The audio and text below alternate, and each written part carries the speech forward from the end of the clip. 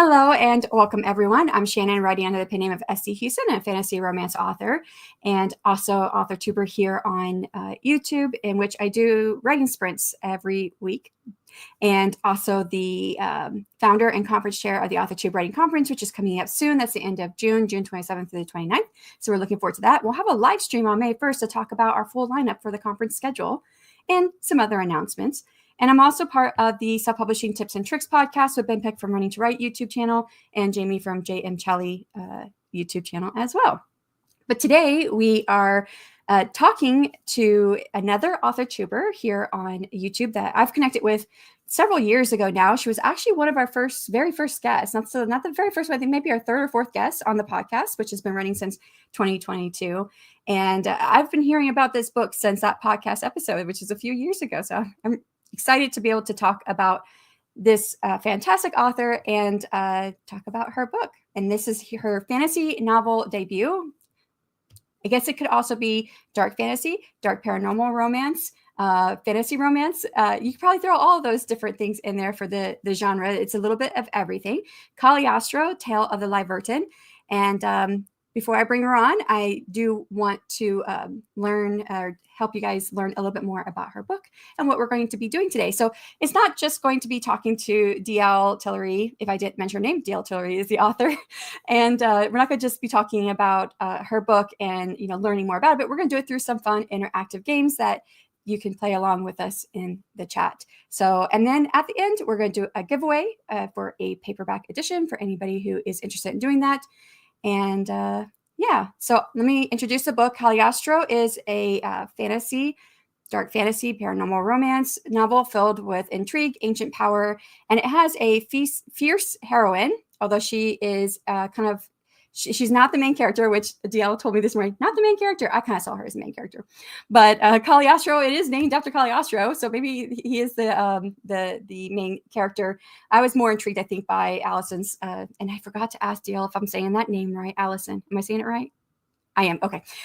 It is spelled differently, which us fantasy people, we tend to spell things differently. So, but yes, so it's about her being a fierce heroine caught in these different threads of destiny and something that is happening, and Caliostro is trying to find out what is happening as well. So even if you haven't read it, don't worry. We are going to be diving into it and learning more about the world and behind the scenes secrets about it today. And I don't see any comments, so I'd say hello.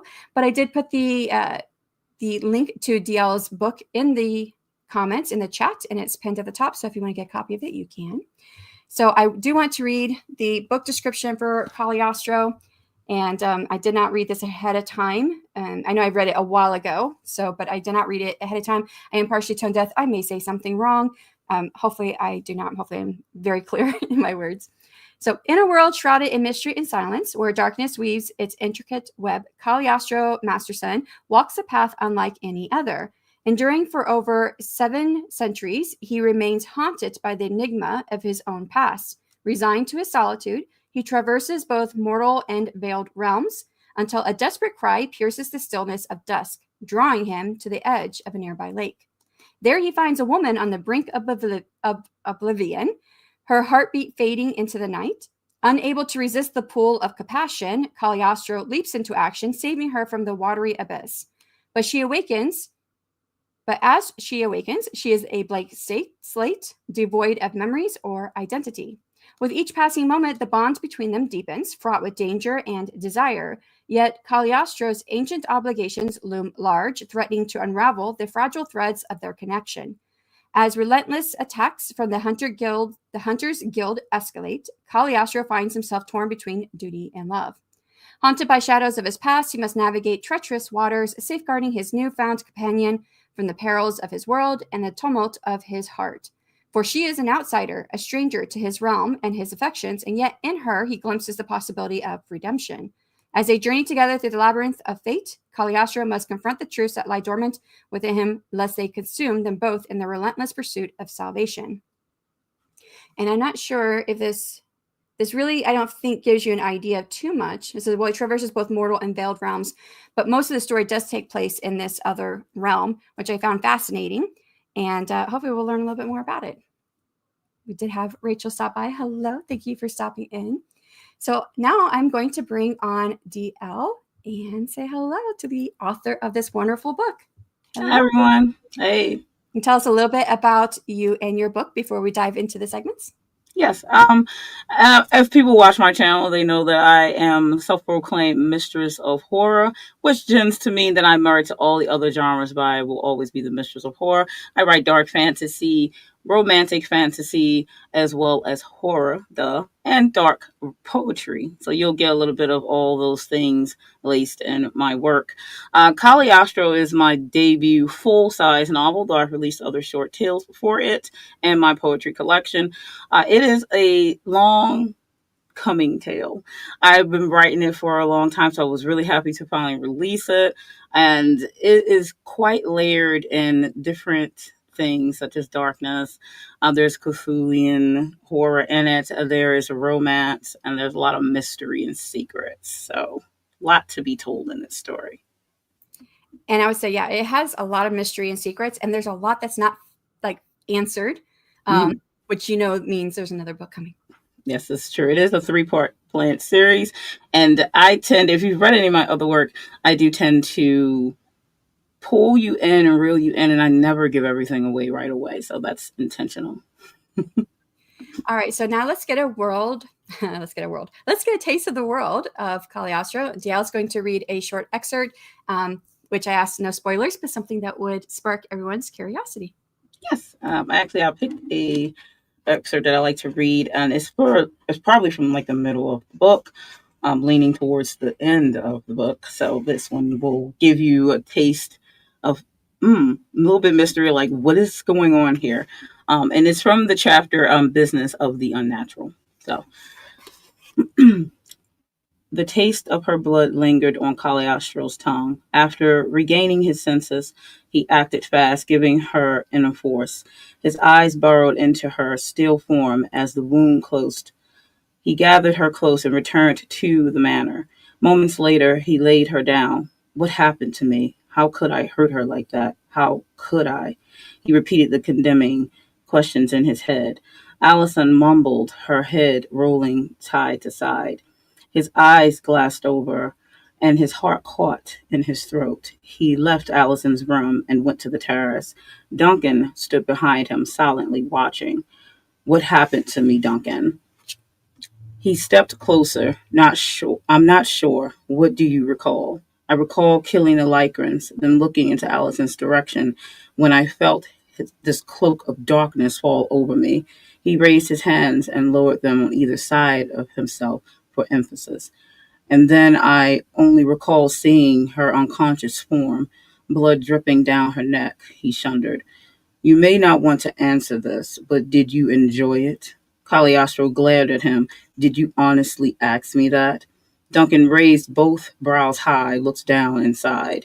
You know what blood courses through your veins. Yes, however, in all my centuries, I have never desired blood. Even after my blood connection with Delata, never have I had bloodlust. Duncan looked skyward, locking his hands behind his back. I wish I had some knowledge to share of what runs through your veins and what that mixture has borne. One cannot know those facts until one knows. Duncan placed one hand on his shoulder in comfort. How will she ever trust me again? How could I ever ask her to, or face her, for that matter? Caliostro hung his head, rubbing the back of his neck. Duncan, I need you to keep her within the manor walls while I'm away, and I need you to protect her as if she were me. Duncan looked shocked. Are you sure now's the time for you to leave? I need time away from her, and I need to investigate a way to return her to her world, if possible. Can you make an inquiry with my grandfather's pack? Yes. Don't go into details to the reason behind the request. You know what? I got it. I'm counting on you. Duncan nodded, staring straight ahead. Caliostro stood, watching the moon, lost and confused. Yeah. Love that. So, and this is the first of 2 times that Caliostro kind of loses it with Allison. Yes. And so what inspired this first scene and bringing it into the book? This scene is to gather the reader's thoughts into the darkness that Caliostro doesn't 100 have control over within him. Since this is closer to the second incident that this occurs, where he loses more control. So that's in order to get the reader to understand that he really doesn't have full control of the darkness that keeps looming around him and inside of him. It also adds to the mystery of the very end of the book when Allison has the recovered memory that he says is not true. The fact that he does lose control and he's lost it twice makes her, how can she believe him that when he says exactly. So it's to build that yeah that believability and the readers like, understanding her perspective and also his part of it as well, of not having 100 control of those things that's in him that he doesn't even understand at all. So so when you were talking about how you don't answer all of the questions, because it is a 3-part book, and you like to just kind of release a little bit here and there, Rachel says, like breadcrumbs. Yes. And saying congrats to you and good evening to everyone. Made friends with like fun. Thank you. And okay, so I've got a few questions. Caliostro Tell the Lyvirten is an intriguing title. And I remember us asking you about the title way back when, but in a little while. And I know you've talked about on other channels. We'd love to have a repeat of you telling us what a Lyvirten is or who it is, and how that the idea of it shaped the story for you to come up with the title for the book. The title came a little bit later.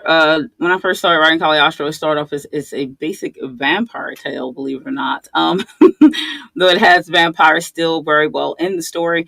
Caliostro himself, a lot of net biting. It does have some biting, definitely. But Caliostro himself is a mixture of different types of beings, and that's in my world. A Lyvirten is a mixture of a Lycran, which in my world, Lycrans are werewolves, for those who aren't aware, and as well as a fallen angel. In my world, they're called Lachey, which his mother was one of those type of beings. His father would be the Lycran. And he is infused with vampire blood because he has a part in his life that he was with Delata, who is one of the side characters, who is a vampire herself. So his awakening happens in who he is after that whole connection with the vampire blood, but he was born mixed from a Lycran and a Lachey, which if you see the cover of the book here, his wings are he's gotten those from his mother's side, obviously, and his father being a Lycran. But the funny thing about Caliostro, he doesn't technically turn into a Lycran because they could be in humanoid form, just like any other werewolf transformation, and become the big hawking beasts that they are. Caliostro actually doesn't do a full werewolf transformation, since he is a fusion of both these things, which if you read the book, you see some instances of his DNA of that with the biting and things of that nature, because he's not really biting on the instance of the vampire part. It'd be closer to the werewolf liking of it. So that's where the Lycran came from. I came up with the name by mixing words together. As you know, fantasy writers tend to do, make up a lot of their own language and things. And the Lycran comes from the derivative of lycanthrope, which is a type of, saying for a werewolf. And then the vampire, which is, another saying for vampire.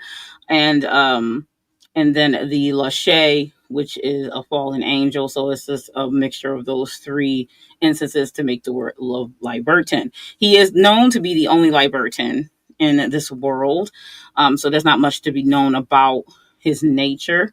So he's also sought after because of being some kind of hybrid type of being. So, yeah. Like Maverick kind of has a similar background, though, but he's different. What makes him different from... Are you talking about the character from Lydraga? Yeah. Yeah, Yes. I know. I read everything all together, so it's Yeah, that's cool. Actually, yeah, it's funny because the people who would get the ebook version, that's all they get is the bonus tale of Lydraga, which is Maverick, who's a detective bounty hunter type. He is one of the creatures that so happen to be in the Caliostro's world, and a Lydraga is from another creature that's in my book that gets introduced early on in Caliostro's book, but is only mentioned very quickly, and that would be the Daggeroo worm. And it's a usually 6 foot long, very sticky, sooty type of worm creature that has lots and lots of rows of teeth. They tend to be known to eat and absorb human souls, and they can obviously physically hurt someone. But they kind of a more possession type of creature that they tend to possess humans when they're in the mortal world. Now, if you are so happen to be a soul that passes through the veil, because that's the only way humans tend to be able to get over into the veiled world, unfortunately some souls don't get to pass along where they should go, and the daggeroo worms may absorb the soul and completely eat it when it's on the other side of the veil if it catches one. So the Lydraga is a mixture of a Lycran and a Daggeroo slave. And a Daggeroo slave is a human that so happens to survive a possession from a Daggeroo worm. So in Maverick's case, he is born of a Lycran and a human mortal that had been freed from a Daggeroo possession, which is called the Daggeroo slave, which changes the human to some point. And then a Lydraga becomes awakened when they usually hit around age 30, kind of similar to some werewolf tales.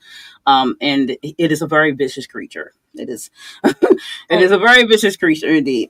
But they don't just only possess the humans, right? Because they possessed the Lachey, Caliostro's mom, who is the following. The Daggeroo worms their main thing is to eat human souls. The Daggeroo can attack any type of being if they wanted to. As far as Caliostro's mother and the particular part where she's being attacked by different types of hunters and things like that at that point. Hence the battle that occurs at that point in the story, which is technically a flashback for the book itself. Yeah. Okay. I don't know. I moved on here. So the book takes place in a world behind a veil, which is where you've kind of talked about that already. The human souls go through that when they pass on, but they're not always necessarily get to pass on if the worm is there. But how would you describe that world to someone who's never heard of it before? What makes it different from traditional fantasy settings? I would say for the veiled world and Cagliostro's universe, it is similar when people talk about just the veil in general, as far as being the other side. Only in my world is it considered a place where supernatural beings reside. That's the difference.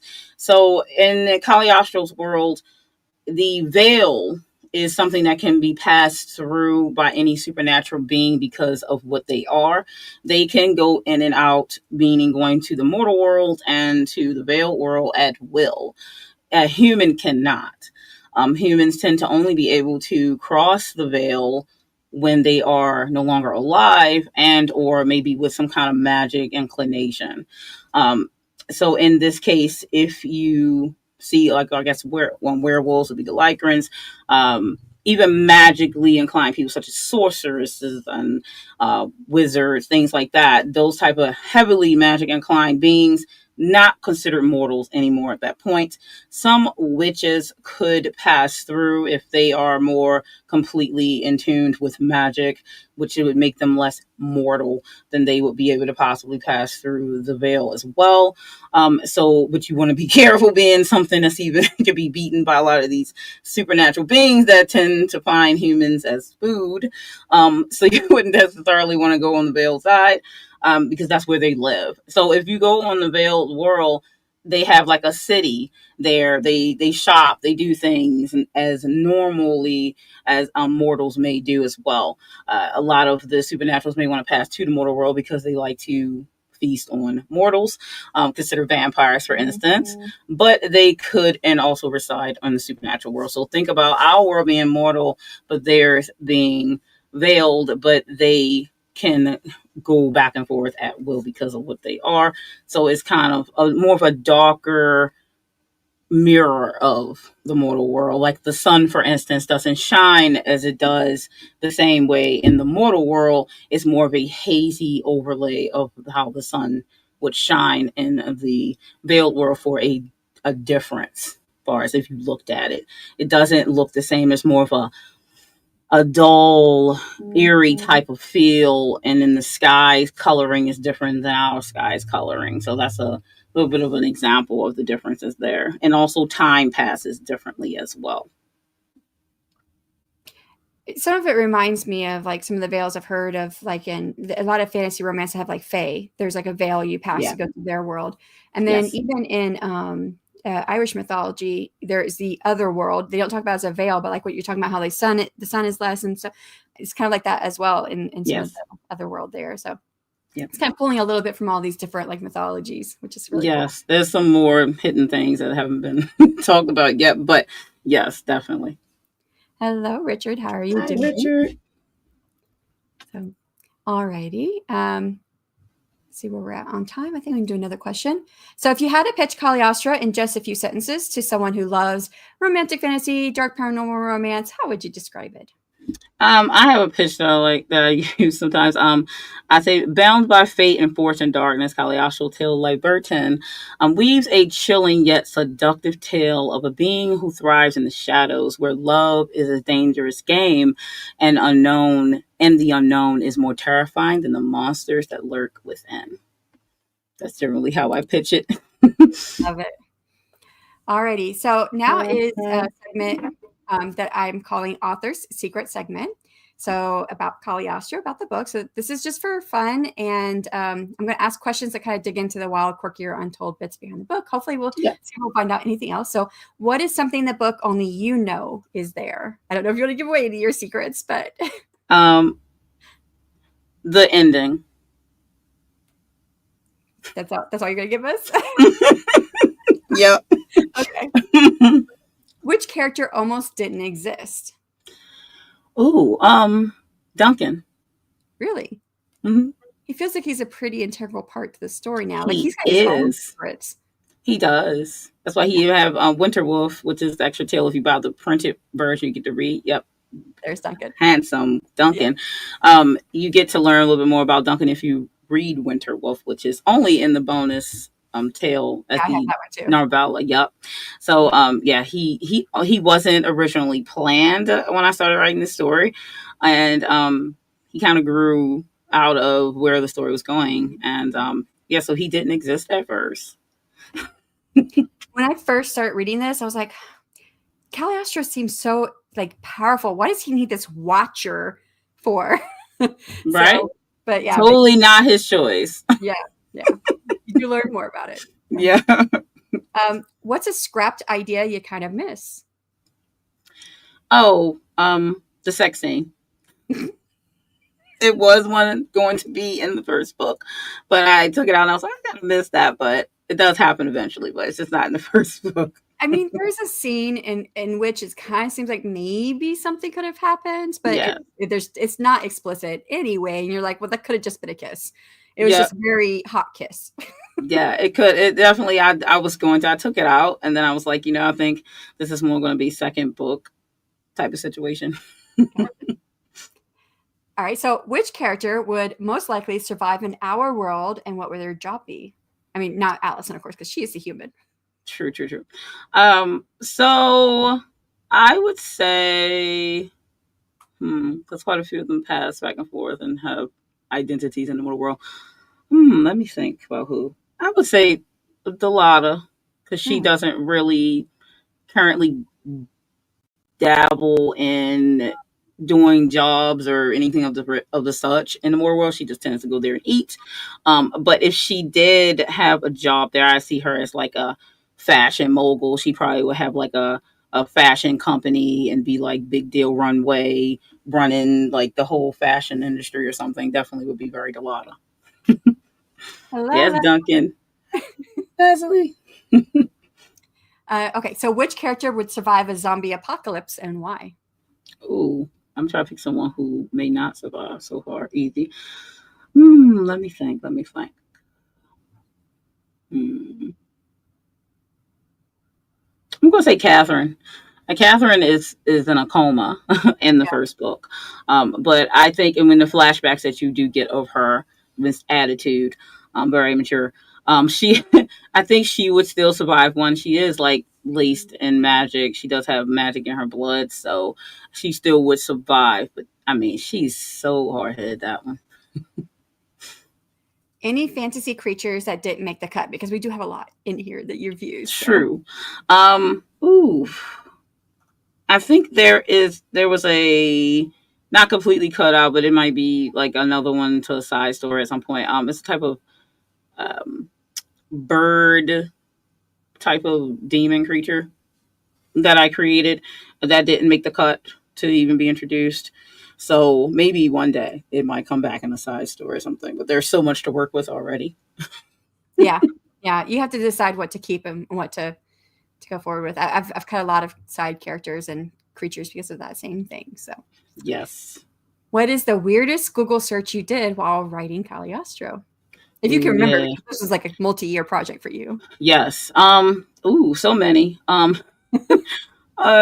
would say probably trying to Google the effects of a decapitation. And what, like, how blood would spray, or what's the direction general, what kind of weapon would cause this or that with the decapitation. So they're probably looking up, like, the cops don't ever look at your search. They'd be like, what's she doing? What's she searching that for? All us fantasy writers be in trouble. Yes. Yeah, I once researched how long a person could survive if their chest was opened up and the heart was pulled out. Right. So those type of things is normal for us to search, Right. And that ended up in one of my books. So right? Yeah, you need to know these things, Yes. To be authentic. We're trying to be authentic, even though it's fantasy. Right. Gotta just make sure, what I mean? Something that I have heard about with decapitations, they're pretty certain that, like, when you're first decapitated, when a person is first decapitated, they're not exactly like dead right away. Yeah, they aren't aware. They still, their thoughts are still going. Yeah. So they aren't aware they're even, like, they've been killed. Like, they don't know.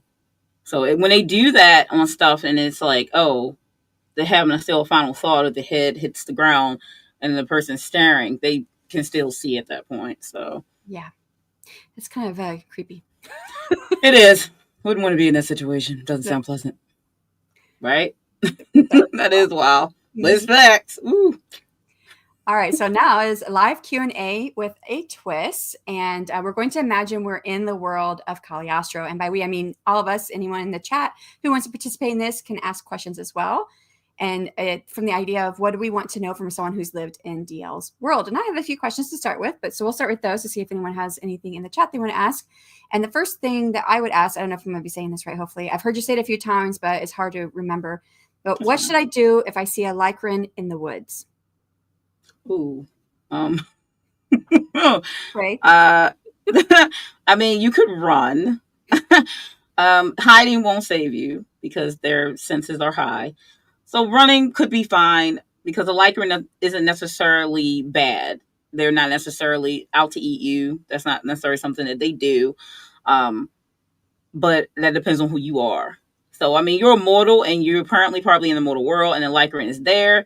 It's probably not a good sign that the Lyvirten is in Lyvirten form. So, I mean, you might just be out of luck. I mean, you just don't know. So running is fine because if they're going to let you get away, they're going to let you get away. But if they don't plan to let you get away, there's nothing you can do anyway. So, gotcha. What is the best way to get invited to Caliostro's home in the Vale? Oh, best way to get invited. Well, you would have to really know Caliostro. I don't really think you probably get invited. I mean, obviously, drowning in a lake on his property might get you invited. But that also, that depends. So being on his property, maybe, but don't be a hunter because then that's just gonna end. When would you, wherever you are, you're not leaving there. So I can't imagine being a hunter like, hey, can I come to your house? I'm a hunter. Right? You're gonna be like, yeah, okay. But yeah, I think he's very reclusive, and he doesn't deal with outsiders too often.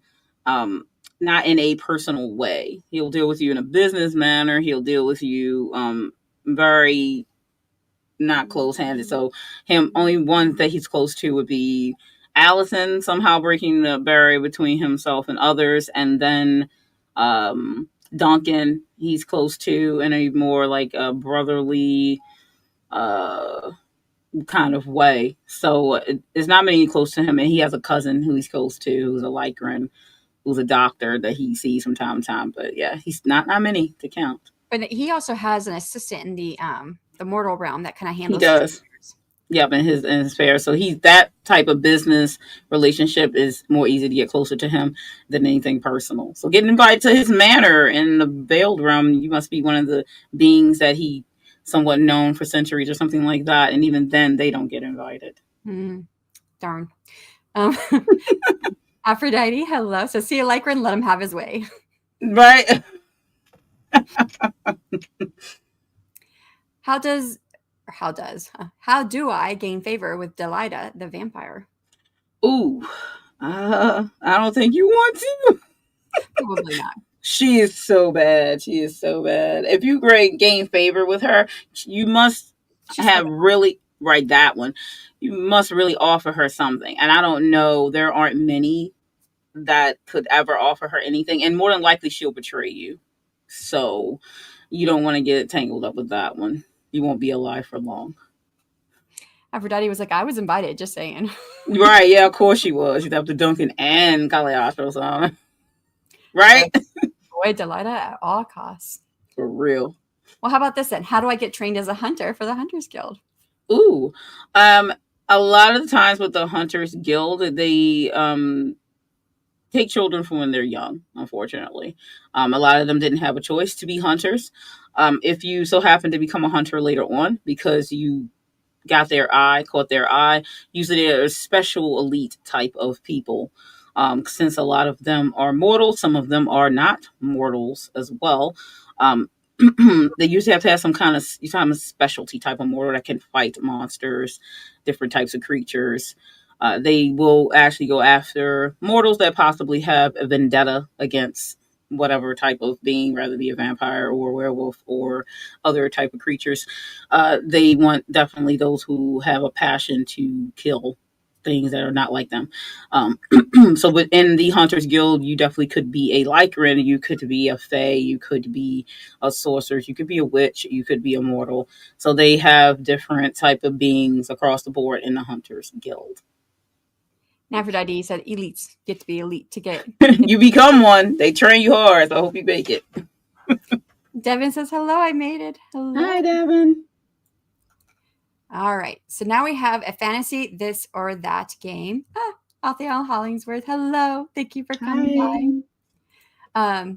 So this is kind of similar to like Would You Rather, but a little more streamlined to fantasy this or that. So anyone in the chat can answer, and we'll also answer here on screen. Try not to take it too fast because I tend to talk fast, so we can give people time in the chat to answer. We're going to start kind of broad, and then we're going to narrow in onto Caliostro and that world by the end. So the first one is magic sword or shadowy power. Shadowy power for me. Same. Yeah, I don't want to worry about tired muscles. Smart. Dragon mount or Fae companion? Dragon mount. Same. Yes. Right? Aphrodite said power sword or power word. Yep. Magic sword. Really? I'm biased. Well, yeah, the witch's sword. That's her book. Yeah. Okay. Aphrodite did mean sword, not word. I thought maybe she was putting the two together. Yeah. That would be cool, right? Either way. And dragon mount for Devin. Yes. I was gonna say you do not have dragons in this world, but you have so many like variations of the word dragon, like Lydraga, and then what's the other one? Dragoo, the worm. Yep. The Dagaroo and the Lydraga. And then there's even another one I saw. I think it was someone's name, maybe. I'm trying. Yep. Yeah, and I was like, dragon is everywhere, but there's no dragon. I was waiting for a dragon. Never be too surprised about what shows up in Caliostro world. Just because you haven't seen it yet doesn't mean it isn't there. It's not there. Yeah. All right, next one. Speak to animals or control the weather. Speak to animals. Yeah, I think I'd go with the same one. You can do a lot of stuff with animals. Mm-hmm. Mm-hmm. Those darn worms. Yeah, she don't like them. All right, travel by. Oh wait, we got here. Aphrodite. Oh yeah, just laughing at what she's saying. Speak to animals. And author L. Hollingsworth says control the weather. Yes, that's a good one too, though. Yeah, I think I'm a little bit torn, but I think I end up going with speak to animals. Yep. I definitely know what I'm doing with this one. Travel by dragon or teleportation circle. Ooh. I definitely want to try about dragon because I love dragons though. Like the chance to get listen, I watch a lot of Chinese dramas too. You know, Chinese history and mythology is a lot of dragons. You know, so I love dragon rides. Yeah, me too. That's what I go with. All right, team up with a werewolf hybrid or a rogue vampire. Probably a werewolf hybrid. Yep, same as me. Yeah, we really have the same answer in all these, right? Yeah, pretty much. Yeah, we do. So, teleportation for Aphrodite on that one, whether travel by dragon or teleportation circle. Yes. Rogue vampire. See, Devin's like the opposite of us. Yeah, man. Listen, I don't want to take chances because I know how Delilah be. Delilah is not very nice. She's very bad. Like if you read her side story that's in the back of the physical book, she bad news. All right, a forgotten heir to a supernatural bloodline or a rare hybrid caught between worlds. Ooh, a forgotten heir. Yeah, yeah. I like that one. Makes a good story. Yes to both, Aphrodite says. I have the physical copy, but I haven't read it yet. Take your time. Does she have the Kickstarter copy, or she just has one? I think she has one she purchased, probably. So that doesn't. That you said that doesn't have the extra stories in the back.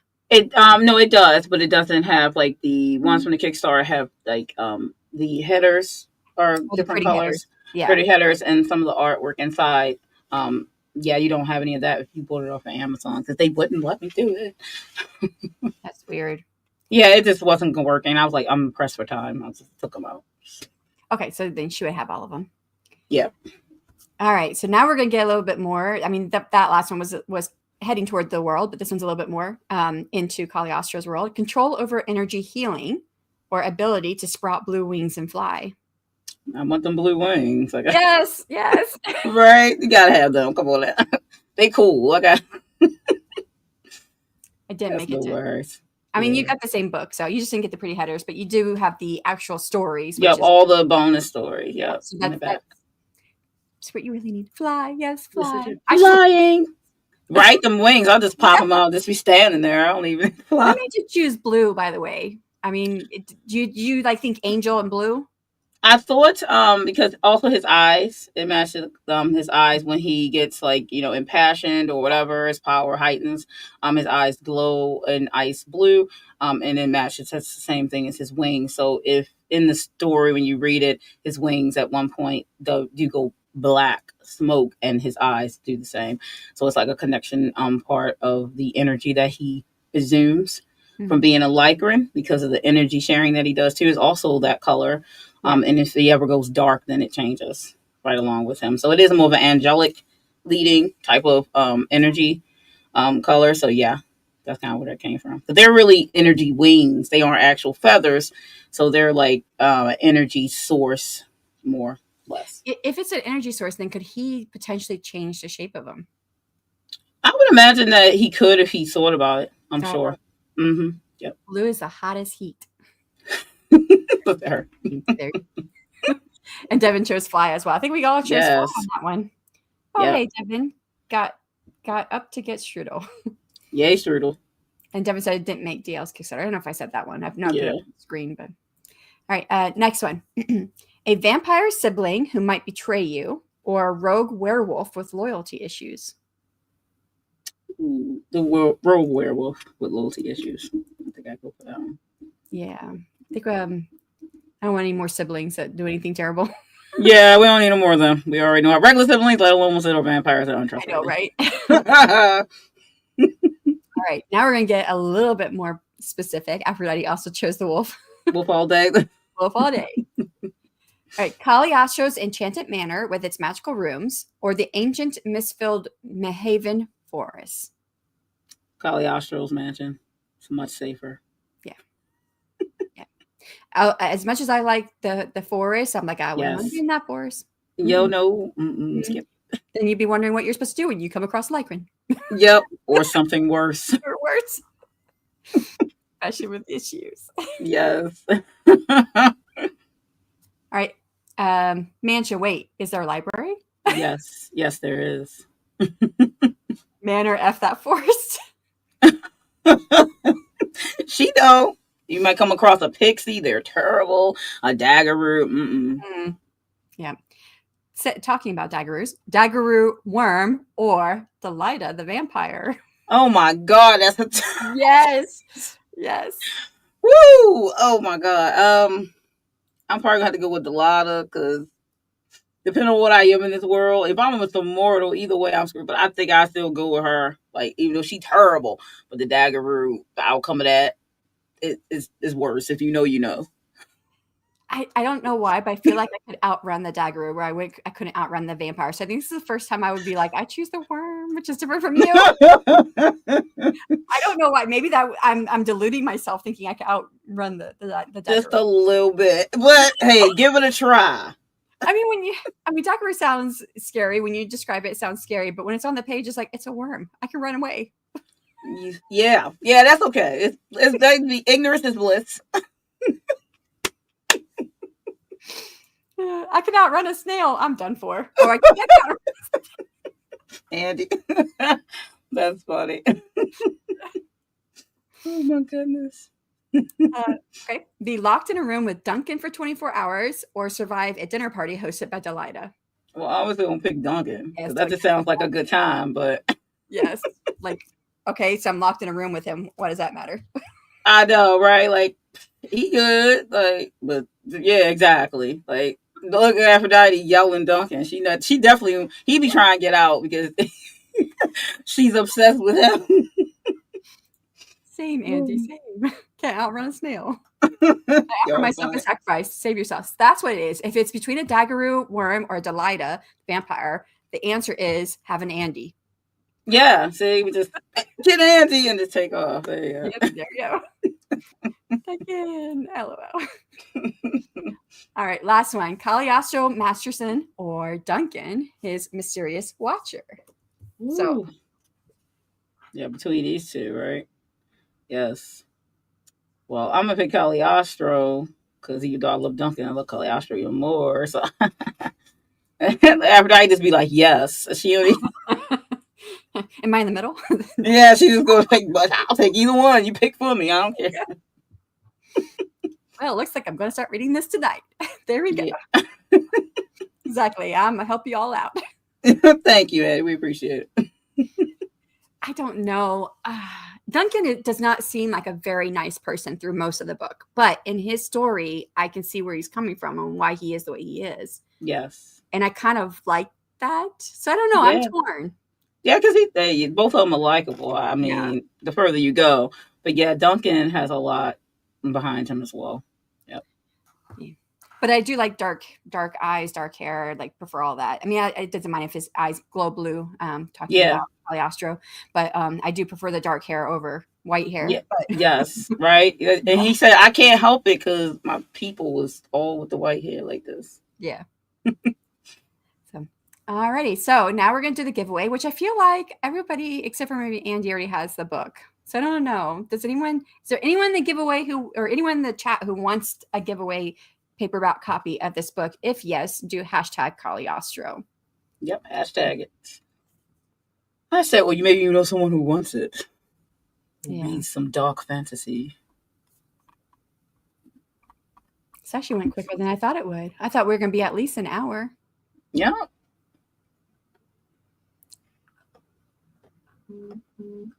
Guess I can ask you some questions while we wait to see if anyone is wanting a copy of the book. Yep. So there are a ton of questions that are not answered by the end. Hold on. I started writing some of this stuff down, so I'm going to see if I can find. I didn't know if we would have time to get to this. I'm going through all my notes. Yep. Take your time. Okay, so one thing we never learn. Well, of course, we don't learn why Allison is actually there. And then we find out possibly what happened. She was sent by the guild. Her memories were taken away. I think that was probably done on purpose, but it feels like if she was sent there on purpose to kill Caliostro, why would they take her memories away? This reminds me of it was a TV show. It was a gal in it who was sent in to infiltrate like the CIA or something, and she had a bunch of tattoos on her, and each tattoo meant something, and she didn't remember anything. Yep. But will it be eventually revealed in the future books if Caliostro is responsible for what happened in her memories? Yes, it's more or less kind of revealed right before the end. If you're paying attention, he's constantly saying, "What are you talking?" Well, no, I mean I understand, like, but it will be, yeah, 100 cleared up. Are we going to learn though, like, who's actually responsible? Or okay. So that I kind of feel like I believe Caliostro in this instance. But what actually happened? That's what I want to know. Oh yeah, you definitely find it out. You find out exactly who's behind what, how how she got there, like how was she able. It kind of, I'm sure in the first book, you kind of already know how she was able to get there, being immortal. Like how was she able to get across the veil? And that's the question. Because she's mortal, she's not really supposed to be able to. But that was kind of revealed. Mm-hmm. But it's like, who's behind it all?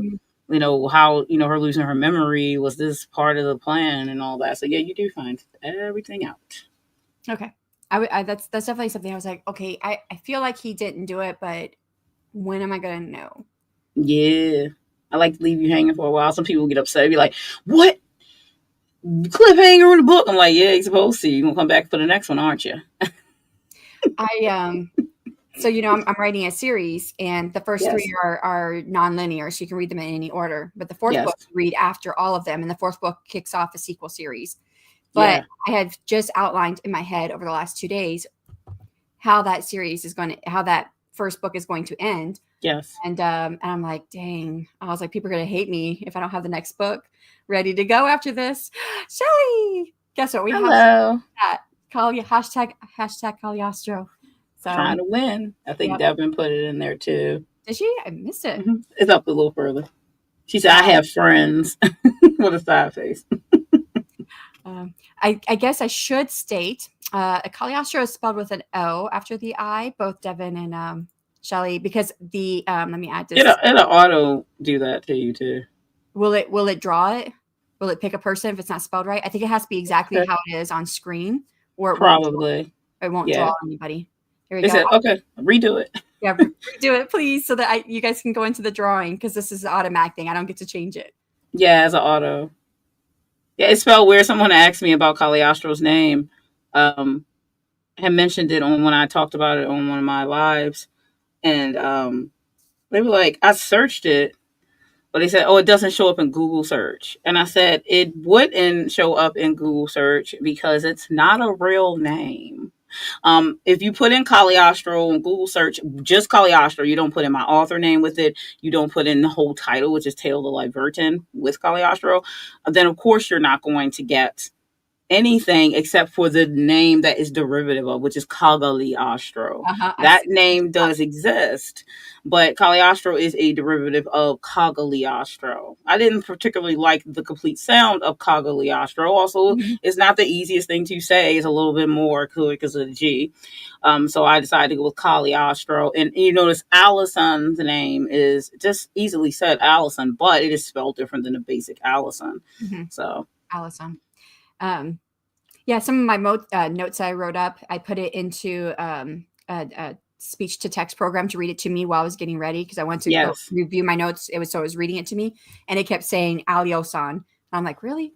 Of course it's going. It's like, hey, they're over there. I don't know what you want from me, which is totally fine. Like, people in books going to read stuff the way they're going to read it. It's like, I was pretty sure I remember you saying Allison. But I was like, well, maybe I'm remembering it wrong, because I am partially tone deaf, so I can't recall songs. So, But All right, yeah, so we've got 3 entries. Let's go ahead and figure out who wins. here we go.